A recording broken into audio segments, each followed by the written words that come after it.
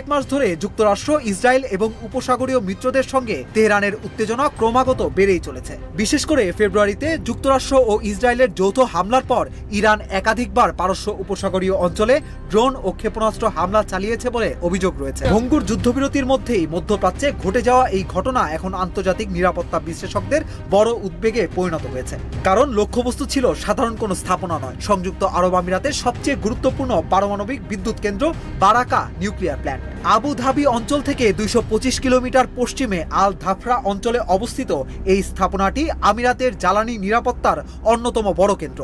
আর ঠিক সেখানে আঘাত হানে একটি ড্রোন। হামলার পর বিদ্যুৎ কেন্দ্রের একটি জেনারেটরে আগুন ধরে। আমিরাতের প্রতিরক্ষা মন্ত্রণালয় জানিয়েছে তাদের আকাশ প্রতিরক্ষা ব্যবস্থা দুটি ড্রোন ভূপাতিত করতে সক্ষম হলেও তৃতীয় একটি ড্রোন কেন্দ্রটির সীমানার ভেতরে আঘাত হানে। তবে সবচেয়ে বড় রহস্য, এখনো কেউ এই হামলার দায় স্বীকার করেনি। যদিও আনুষ্ঠানিকভাবে কোনো দেশের নাম বলা হয়নি, তবুও সন্দেহের তীর ঘুরছে ইরানের। এই ঘটনার পর গভীর উদ্বেগ প্রকাশ করে আন্তর্জাতিক পরমাণু শক্তি সংস্থা IAEA জানিয়েছে পারমাণবিক স্থাপনাকে লক্ষ্য করে যে কোনো সামরিক পদক্ষেপ চরম বিপজ্জনক এবং এর পরিণতি হতে পারে ভয়াবহ। সব মিলিয়ে এখন মধ্যপ্রাচ্য যেন এক বিস্ফোরণের কিনারায় দাঁড়িয়ে আছে।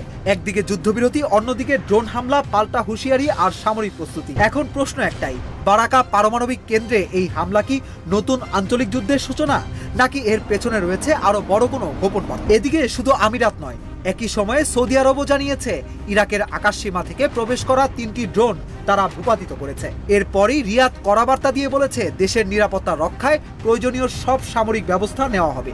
এই পরিস্থিতির সরাসরি প্রভাব পড়েছে বিশ্ব জ্বালানি বাজারেও।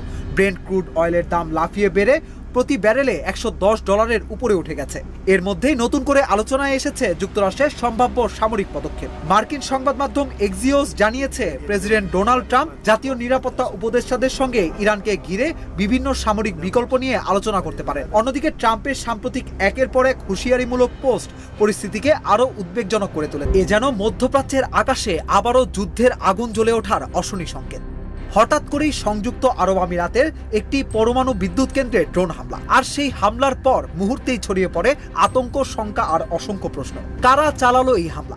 এটা কি ইরানের গোপন বার্তা, নাকি পুরো অঞ্চলকে নতুন যুদ্ধে ঠেলে দেওয়ার কোনো ভয়ঙ্কর পরিকল্পনা?